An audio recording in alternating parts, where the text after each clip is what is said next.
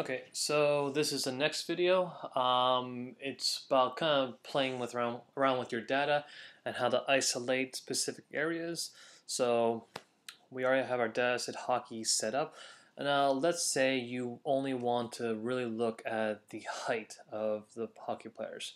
So there's a couple ways of doing this. Um, the first option is the dollar sign and using the data frame. So what we do is we type in name of the dataset. So here it's called hockey.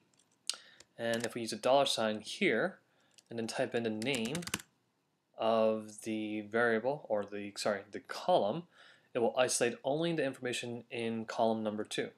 We type in enter and then we see here 1.19, 1.25, which is the same thing what we expected. Another option is to use element extraction, and we do this by using the hard brackets. So again, we go to the dataset called hockey, we use the hard bracket, and we look at the positions. So we know that the column for height is the second one. So we'll actually type in hockey hard bracket and then comma 2. So think of this as a coordinate system. The first position belongs to the row, the second position belongs to the column.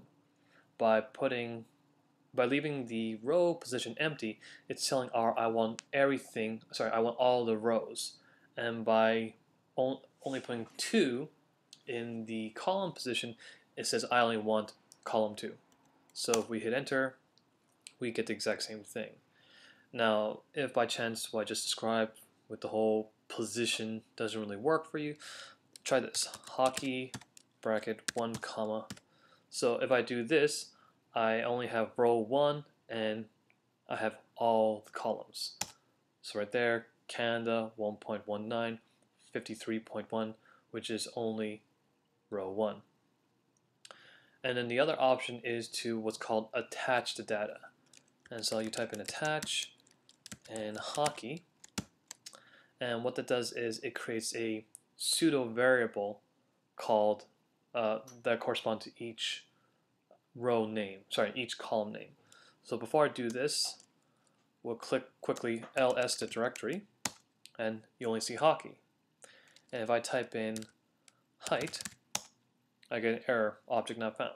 Now let's go back to attach hockey. Again, we ls the directory. We still only see hockey, but if I type in height, it pops up, and it's the exact same information with the last 2 options. This is what I mean by pseudo variable, because it's only there temporarily.